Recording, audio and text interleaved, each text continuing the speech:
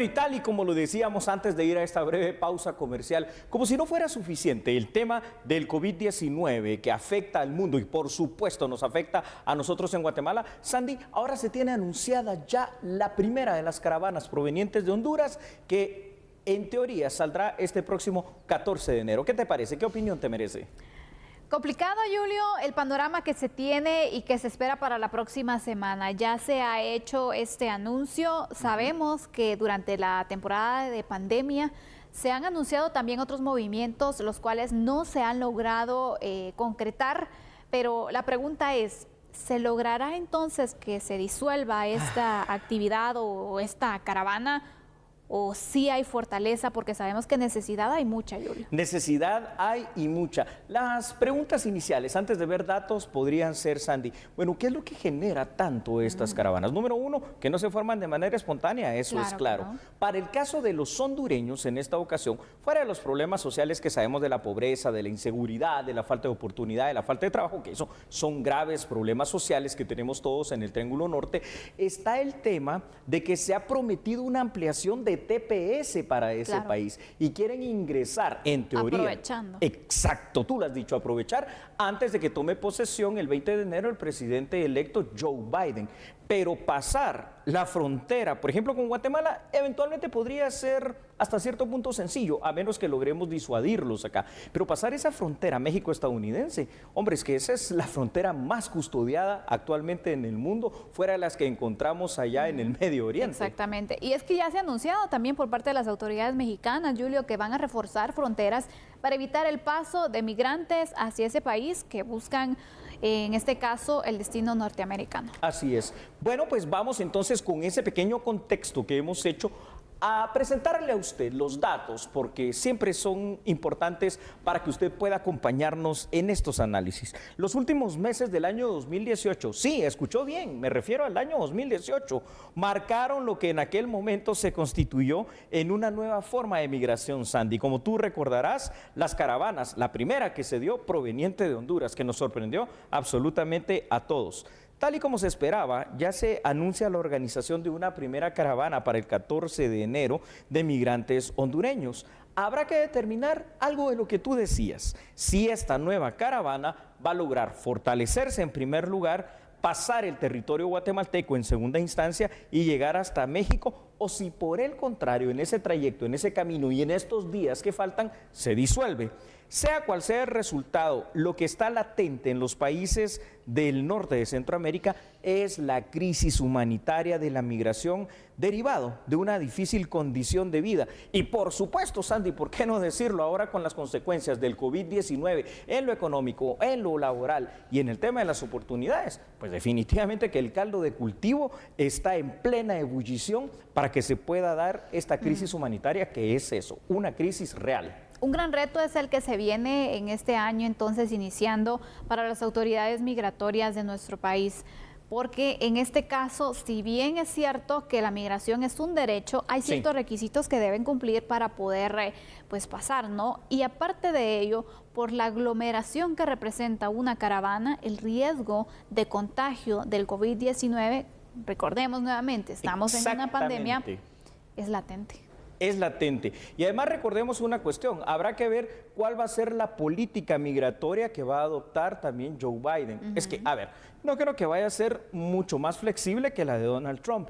Van a cambiar algunas cosas, porque sí, lo que no creo que pase es esa separación que tú recordarás en esa política de cero tolerancia, que por cierto, hoy por hoy, fíjate, está siendo cuestionada por medios norteamericanos como el New York Times, y dice que esa separación que se hizo de niños centroamericanos de sus padres, particularmente hondureños, salvadoreños y por supuesto guatemaltecos, está catalogado ya por Naciones Unidas como una forma de tortura. Entonces tenemos que hacer conciencia, tenemos que hablar de estos temas, porque lamentablemente en esta nueva forma migratoria de las caravanas se tiene la idea falsa que los niños van a ser el pasaporte para poder pasar de una manera humanitaria. No, los niños se están poniendo en alto riesgo de contagio de COVID, de los peligros propios del recorrido y además de una una inminente separación si es que logran llegar a territorio americano. Totalmente, Julio. Vemos entonces que hay expectativa, algunos tienen temor y dicen, bueno, vamos a arriesgarnos en este momento, es ahora o nunca,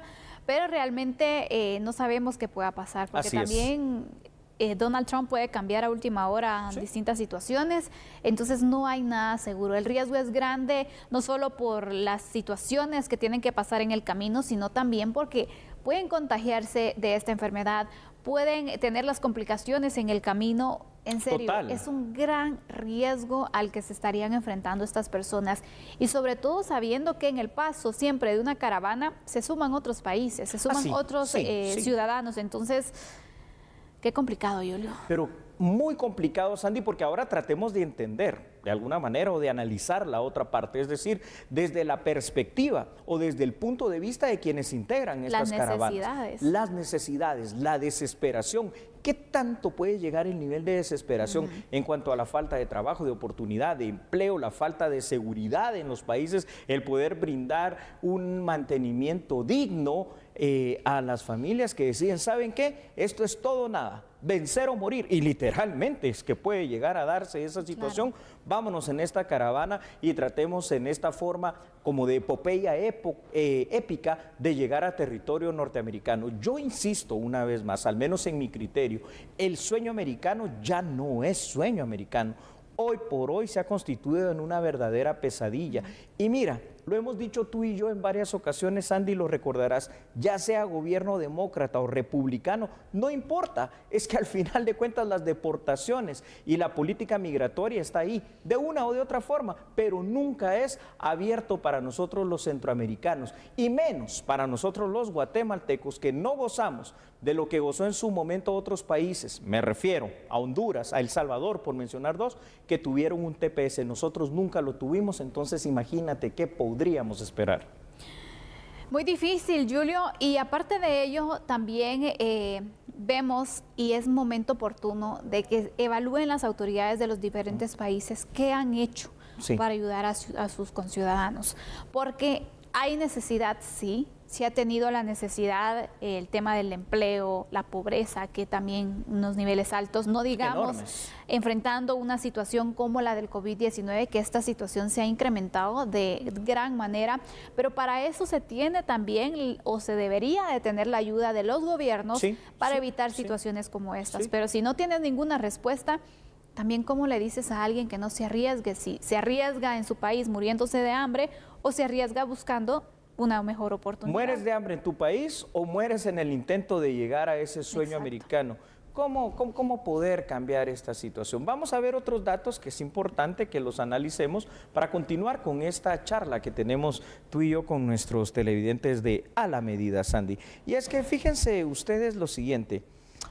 Guatemala, El Salvador y Honduras son países donde la falta de empleo, la falta de oportunidades, la violencia desmedida, la desnutrición son factores comunes. La falta también de políticas coherentes por parte de nuestros países para mejorar aspectos fundamentales como la seguridad, la salud, el trabajo, pues por supuesto que sirven de detonantes para esta crisis. Guatemala, como el resto de naciones, tiene restricciones oficiales para el ingreso al territorio nacional de parte de ciudadanos de otras nacionalidades, como por ejemplo el uso del pasaporte y las pruebas de COVID-19. Sin embargo, en una caravana donde son miles de personas, estas medidas no se respetan. Para empezar, porque pasan por puntos ciegos y pasan pues literalmente destrozando la frontera guatemalteca.